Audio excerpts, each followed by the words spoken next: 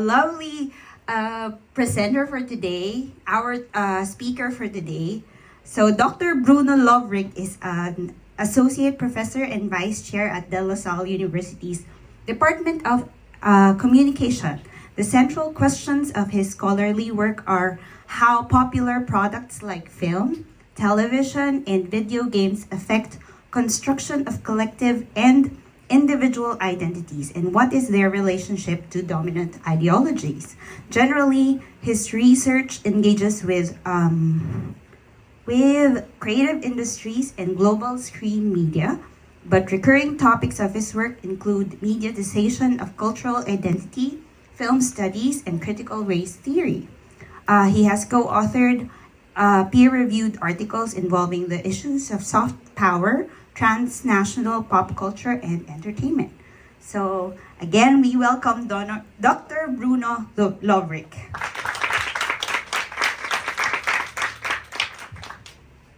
Thank you for that lovely introduction, and thank you all for being here this morning. So I don't know if you had a chance to look at the initial title that was shared on Facebook, but initial title, it was also about Blackpink fandom, but it was more, if you went into abstract, it was more focused on COVID. So how Blackpink was used by fans to get over anxiety, stress, and even some mental issues that were more serious. But as we went into the field, as we interviewed Blackpink fans, we realized that we're going to have to make some adjustments. So what you will hear today are some preliminary results. Our paper is not fully completed. We have compiled data. We have most of the things we needed, but the paper is not there yet. And we're still trying to negotiate the theory that we're going to use. So just have that in mind. So my co-author is Zainab Chauhan. She's actually my mentee, and her master's thesis is also about Blackpink. So we're working on this project together. I'm sorry she couldn't be with us today, but maybe in one of our future meetings, she'll also be able to join and share her insights. Is everybody able to hear me properly? Okay. This room is not very big. Can you hear me even without the microphone? Okay. I'll just put it away. I feel awkward.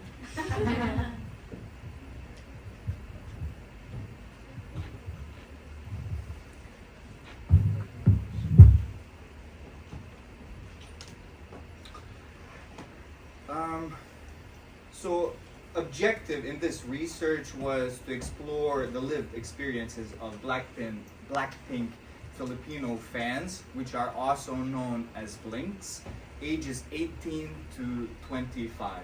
Initially, we wanted to interview adolescents, but because of ethical issues and lots of additional paperwork steps involved, we decided to move our age limit, so it's 18 to 25. And we primarily used focus groups. So we had 2 focus groups, and in addition to that, we also plan to engage in some in-depth interviews. That would be our next step.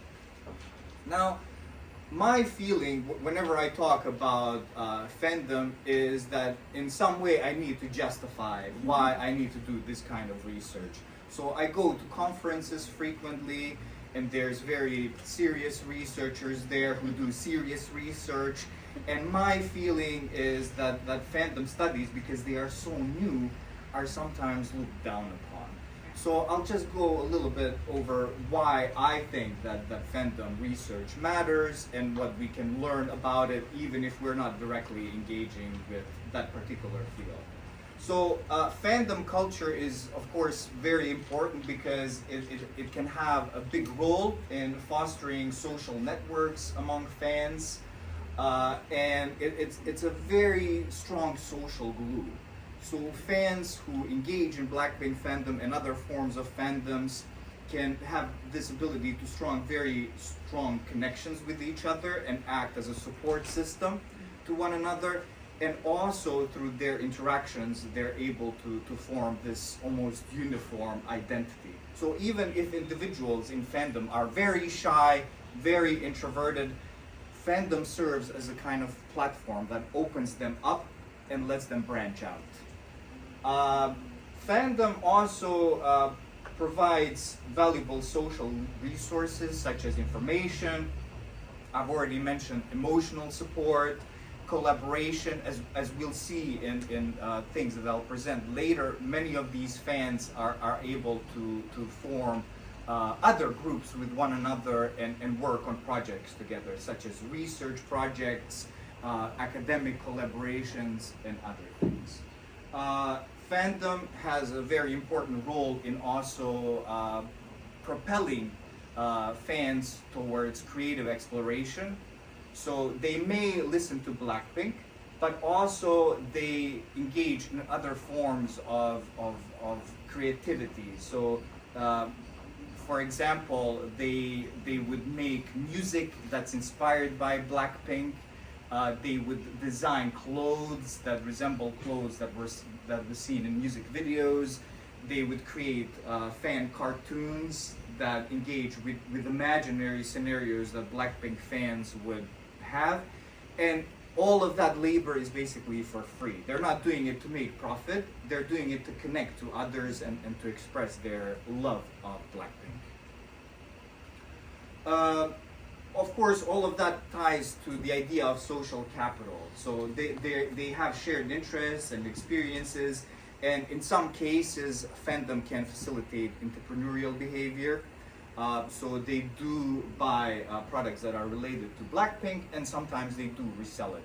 And that's actually something that I've made a mental note to continue this kind of research, to really look into economic background and benefits that fandom can bring. But that's another topic.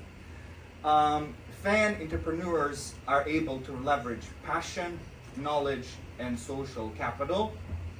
And sectors that they tend to engage in, at least in fan-driven economies, involve merchandise creation, event organization, and creation of various fan experiences that involve economic exchanges.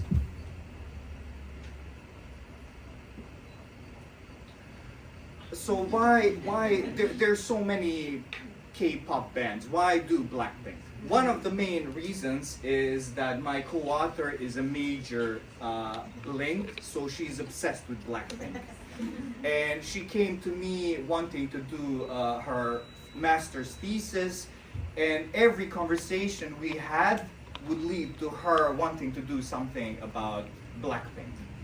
And I also started listening to Blackpink. I started listening to the music, watching music videos, and I think I've turned into a fan, but I'm not as fanatic as she is. So I'm into Blackpink, but I'm not as profoundly into the whole Blackpink fandom as her. But I was interested in fans, and so this was a perfect opportunity for me to kind of dive into that, and also to branch out to Filipino fans in specific, because I've done some fandom studies before, but they were mostly in the context of Hong Kong, China, and I just felt that there's insufficient body of research of fandom in the Philippines. And so that's one of the reasons of why I thought this was necessary. Fandom, as I've mentioned before, has the power to mobilize for social causes. It can serve as a platform for youth's self-identification it has economic implications, and so all of these factors combined led me to really be open to this kind of research and to study Blackpink. Blackpink is a very important K-pop band in terms of its cultural impact and also in terms of economy. It has over 20 million followers on Spotify. They are also most subscribed female K-pop artists on YouTube, and some of the internationally best known publications that deal with music describe them in words like biggest girl group in the world, biggest K-pop girl band on the planet, K-pop queens. So there's these lots of epithets that kind of solidify their status as extremely influential band that has a power to cross over national borders and to really make an impact in different regions of the world. So we've developed a couple of research questions. They include questions as how do fans participate in and contribute to fan communities in the Philippines? In what ways do fan communities contribute to a shared sense of belonging and social identity? How do issues of gender, race, and sexuality manifest within fan communities? What creative practices do fans employ? And how do these practices contribute to building their fan culture? Also, what role do online spaces play in shaping fan interactions and practices? Because we have to remember, most of the interactions that fans have with their idols from Blackpink are parasocial, meaning that they are usually one-sided. And we'll talk about implications of that in a little bit. So two main theories that we're employing are uses and gratification theory and presumed intimacy theory. Uses and gratifications theory is a little bit outdated. So it's a theory that was developed in the 50s, but it very much addresses issues that we're trying to unravel in here. So uses and gratification tend to focus on the question, why do people use media and what do they use it for? And this theory also assumes that audience members are not passive consumers of the media, but that they have power over consumption and that they use media to satisfy certain needs. The second theory is the presumed intimacy theory as defined by Chris Rojek. It explores the one-sided simulated relationships that individuals form with media personalities. And I think that this theory is very much relevant also for economic implications. So it looks into who benefits from these kinds of relations and where the power resides. So in our case, the power would reside with companies that hire these girls, talent agencies. But again, we didn't really dive into implications of that too much. So we plan to make that our next step. So some of the main goals that we have with this research is examine cognitive influences of Blackpink fandom on social identity and behavior, as well as the identification of main patterns of fans. So elements that constitute fandom culture, elements of fan motivation, so what drives them towards these communities that are specifically focused on Blackpink rather than other K-pop groups, and types of relationships they have. So relationships with their idols, but also relationships that they form with each other. Is everybody following me? Am I going too fast, too slow? This is a very small group, so if something is unclear or you have a question, we can take a pause. You can just raise your hand and we can clarify anything that's kind of unclear. So the goals are to analyze the motivational factors of the Blackpink fans in consuming Blackpink fandom contents, to classify the parasocial needs of Blackpink fans that were fulfilled through media exposure, and to categorize the kinds of relationships that are formed within the community. So I mentioned already, we had 2 focus groups. Each consisted of 5 participants. We used purposive sampling, so we recruited people that we knew were Blackpink fans through either personal contacts or reaching out to them directly on fandom groups on Instagram, on Facebook, and other social media. Our focus group discussion focused on behavioral and attitudinal characteristics of fan relations. In-depth interviews are crossed out because that's the part we have not completed yet. So we've only done two rounds of focus groups.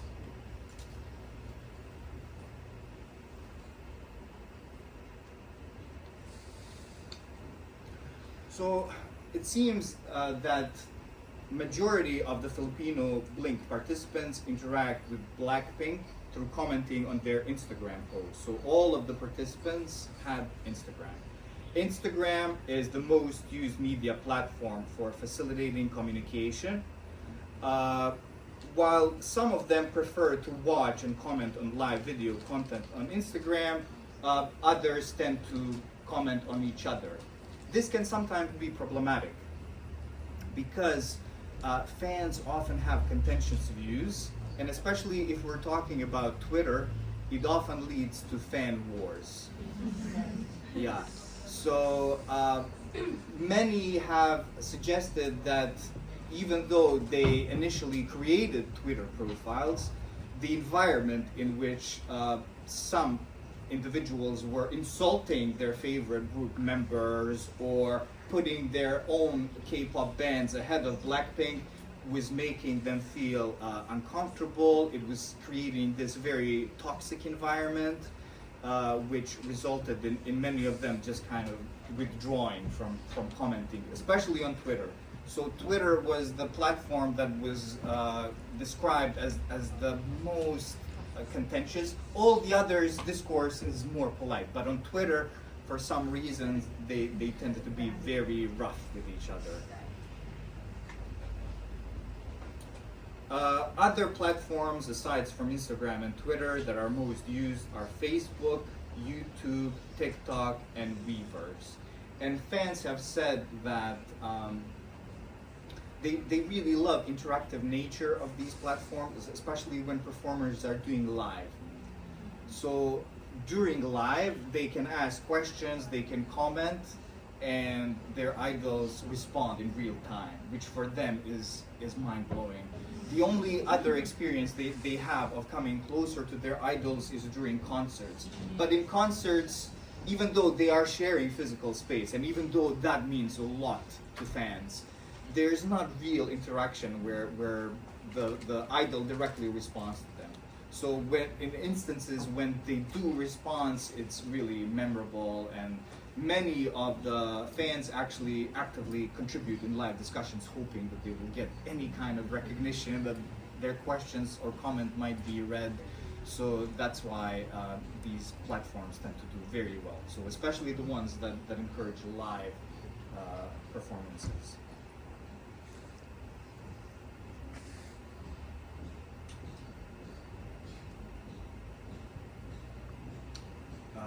Here is a quote by Franco, who actually did not have initially any social media accounts. And then once he was introduced to Blackpink, he created a social media account on every platform just to make sure he doesn't miss anything. So he says, actually, I don't have social media accounts, but I created a Twitter account since I stan K-pop. I opened a Twitter account to follow news about Blackpink, and when they had Instagram, I created an Instagram account as well. Those are art accounts for Blackpink. I also follow them on their personal YouTube accounts. And then he continues, I also bought a premium account on Weverse to keep track of the members.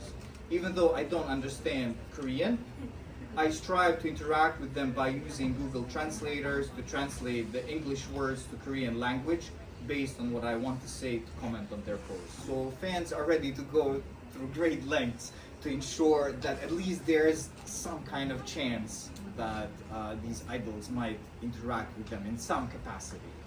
So it means the world to them to get this kind of response.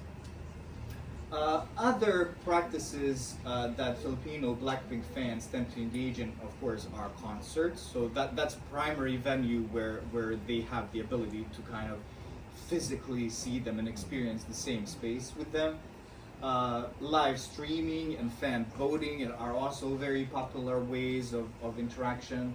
Oftentimes they organize idols' birthday celebrations. So when they have birthday, fans gather together, they buy a cake, and they sing songs and rejoice with one another. There's also fan jam sessions where they just hang out with one another, talk, drink, sing their favorite songs. Of course, all of them buy some kind of merch that's related to Blackpink. Some of them also resell it. Fan arts are a very popular form. So I've mentioned already, some of them make idol comic strips, they compose music, they wear clothes and design clothes that were worn in music videos, they write academic papers, they make fan video edits, etc. So all of these things basically serve to kind of solidify their connections with Blackpink, but also with one another. Oftentimes, they also imitate their idols' fashion style, attitude, and kinds of personalities. So each of the girls in Blackpink has a very distinct personality, very distinct vibe, and so they try to emulate that as much as possible. Not all of them, but many of the girls I've spoken to, they said that they try to kind of channel the favorite performer. They also defend idols in social media discussions, so they do engage in fan wars occasionally, and they participate in raffles. So for example, Oreo and Blackpink had a raffle promo, and one of the fans said that she bought all of the Oreos she could possibly get her hands on just to ensure she gets merch that's related to Blackpink. And she did get it, and so she was very happy about that.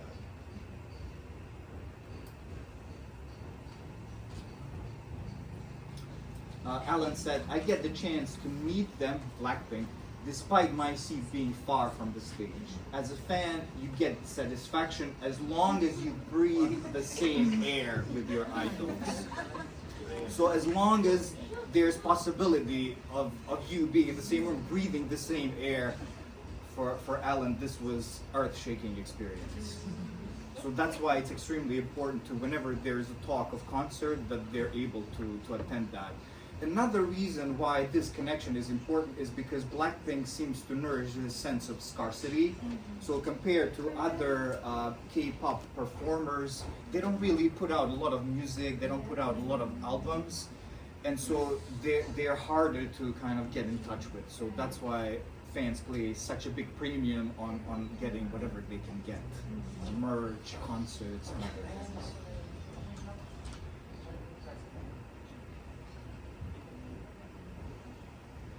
Speaking of concerts, this is an example of Miguel, whose whole life was thrown into a panic mode when he realized there might be a possibility that he can't attend the concert. So Miguel said, 1 year before the concert, I prepared all the things I needed.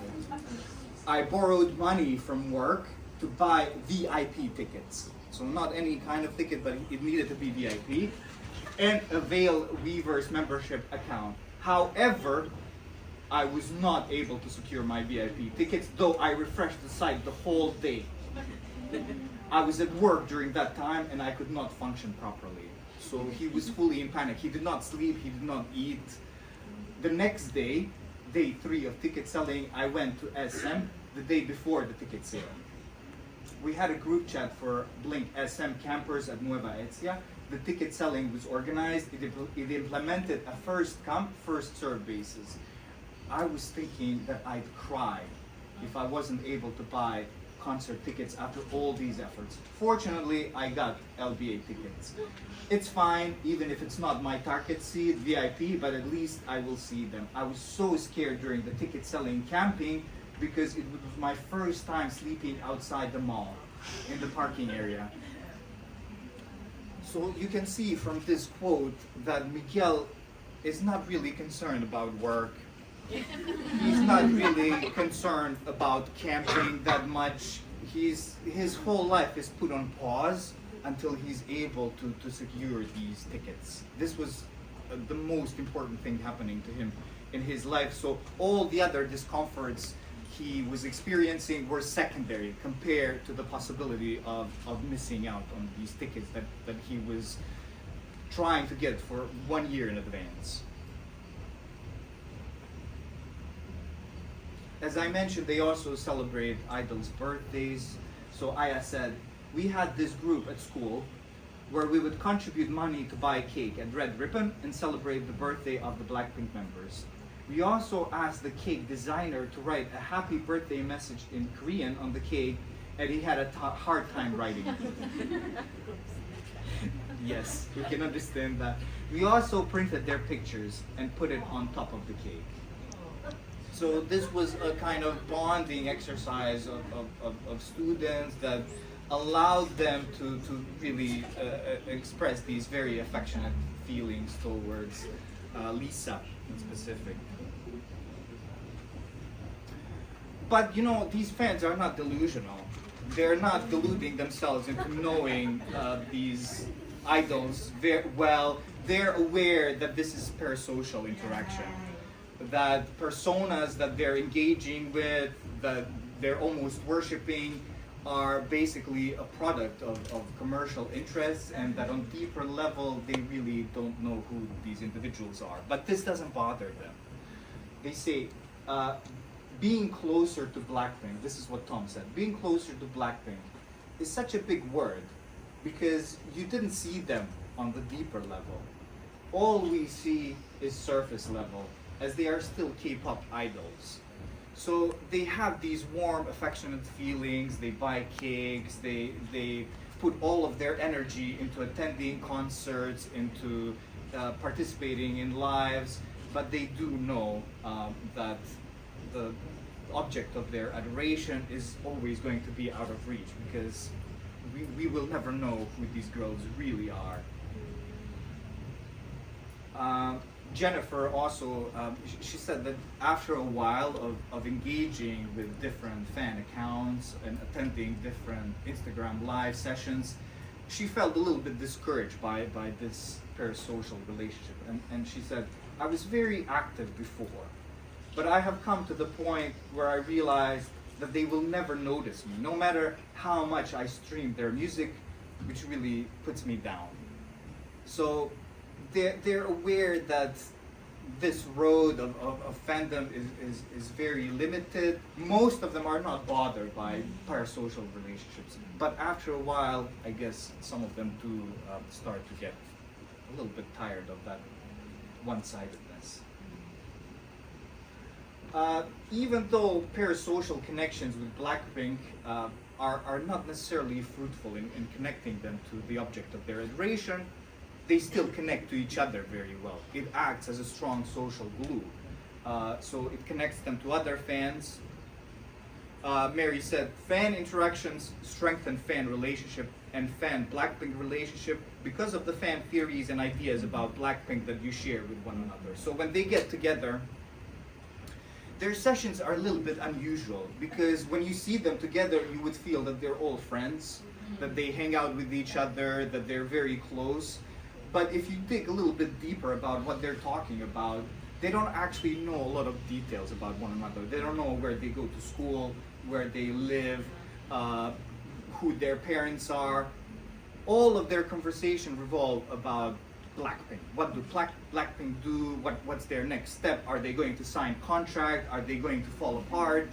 So all the discussions are limited to that in a way. Fans are also very much ready to do any unpaid work. Uh, so David said, I feel like I contributed well to the reputation of Blackpink, to community, because of the streaming. Because I always had 3 devices for that, and I got into 0.1% on streaming. So he would go to concerts and record what's happening, even though that's illegal. You're not supposed to do that. But he did it for the fans. He sacrificed himself. Christina also said that she frequently creates these comics that are inspired by Blackpink. And she said, I shared the finished work with the fandom community and they laugh about it unexpectedly. Sometimes they send me a message to show how much they appreciate it and convince me to do more, which increases my will to do it. So she doesn't sell these things. She makes them and she gives it out to other fans. It makes her happy that they're laughing at her work, that they're finding as much joy in it as she finds joy in making these kinds of things. Jane said, from 0 friends, so she was kind of introverted, not very social, and she said, from 0 friends, I gained many friends who are Blackpink fans because of the bonding we had at the SM concert ticket selling. I felt like I was finally able to connect with people through the Blackpink or my interest in them. So Blackpink was basically a bridge that enabled her to kind of step out of her comfort zone and even to go to this camping site, even though she doesn't really do lots of crazy adventurous things, especially with people she doesn't know very well. But with Blackpink, she feels like she's in a safe environment. And so Blackpink allowed her to kind of step out of her comfort zone and gain more friends. There's also, of course, opportunities for romantic relationships. So Matt said, I had this romantic relationship with a fan girl who got close to me. We are compatible because we are both artists. There are a lot of things we have mashed on. There are many things we shared as fans and things that we divulged on a personal level. Pandemic was also a key period for many of them where the fandom grew exponentially. And they said that because of the pandemic, many people were unable to leave their homes. They had to stay secluded. And what really helped them get through that period is that Blackpink members were also confined to their homes. And so they would frequently do lives. They were always online. And this sent out a message to fans that they're kind of in the same boat together going through the pandemic issues. And it gave them encouragement to keep going. Ellie said, during the pandemic, I can definitely say that Blackpink really saved me. And even the fandom itself, because there were a lot of friendships that were formed. We communicate on Discord and Telegram. We have a great bonding activity through streaming. I've mentioned some of the also less flattering things that happen within the fandom. So, internet's toxic rivalries between K-pop fandoms often result in these fan wars. And Matt said, this environment was too toxic for me. I decided to step back and support Blackpink members as a group, but he completely withdrew from commenting or talking to anybody under any of the posts. When I log into Twitter, there's always a fan war going on, and sometimes you don't want to be surrounded by that negativity. They initially started their fandom because it filled them with pleasant feelings, it filled them with happiness, it inspired them to want to be like girls, it inspired them to want to connect to one another. And this kind of toxicity and putting people down was very off-putting for many of the members. They've expressed that. And they all agree that it's basically happening on Twitter, less on other platforms, even though on other platforms there is also a lot of that, especially on YouTube comment section. Some fans also have unhealthy obsessions towards their idols, and They sometimes engage in extreme behaviors to get close to their idols. I've already mentioned illegal streaming and recording of Blackpink concerts. They're not doing it to really jeopardize profits of Blackpink.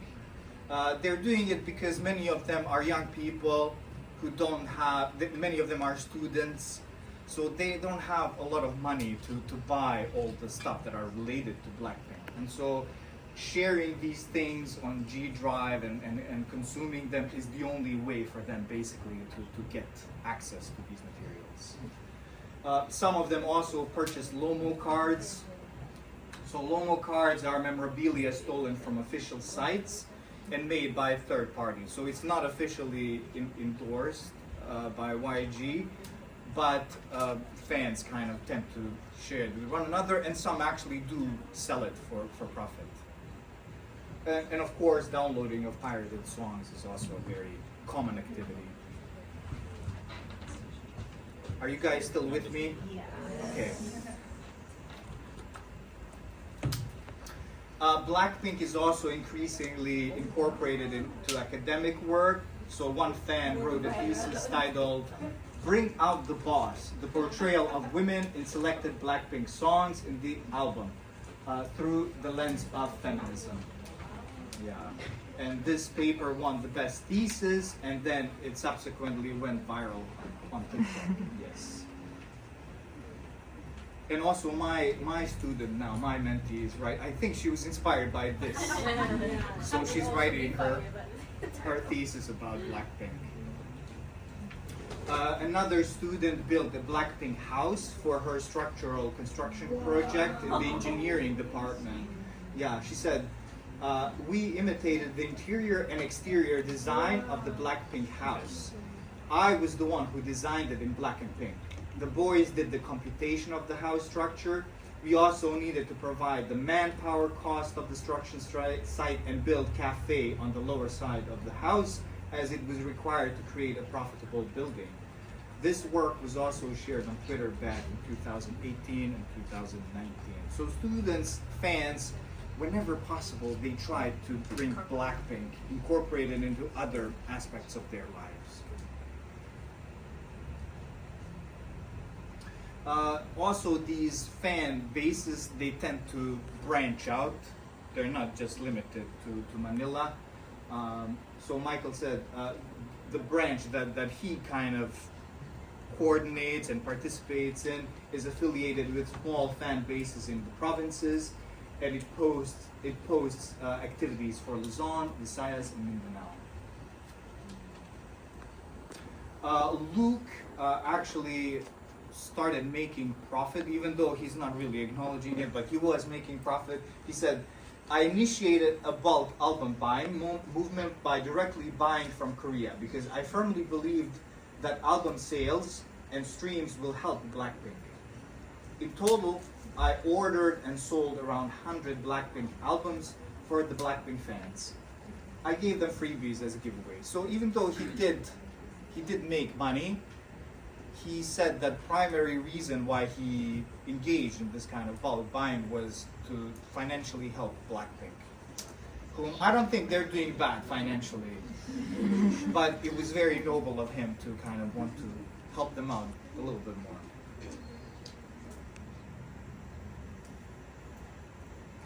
more. These fans are different. And their views on what's the most appropriate form of fandom sometimes is divergent. So some of the fans say that these fandoms are hard to manage and satisfy due to plurality of views. And for example, Blackpink Philippines collected funds for fan projects such as buying flowers for idols, buying flowers for Lisa in the concert, cake. But then they tend to get a lot of backlash from other fans because they didn't buy the kinds of flowers that other members wanted them to buy. They didn't get a cake design that was preferred by some of the other members. So they say that even within the fandom, there's a lot of disagreements, there's a lot of contentions, but they say that these things are silly that they need to support Blackpink instead of quarreling with each other, but still these quarrels occasionally arise, especially if fans give money for a certain product and then they see that their money is spent in a way they didn't intend it to. It makes them angry. They're very passionate about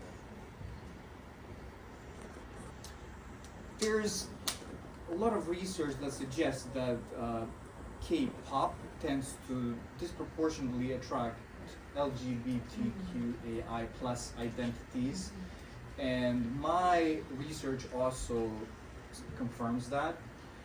So James said, as a member of LGBT community, I feel empowered by Blackpink fandom because they are very open with the diversity of fan profiles. So they feel like this is a space that's safe for them. And also Blackpink members, they do tend to engage in some elements of queer baiting.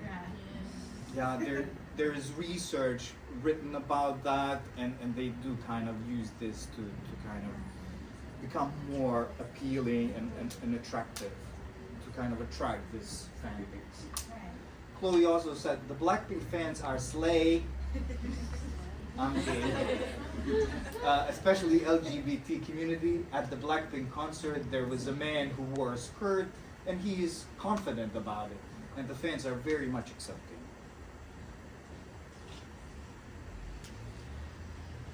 So the affirmational activities of the fandoms, like fan gathering, is a venue for fans to express their sense of belonging, involvement, and identity.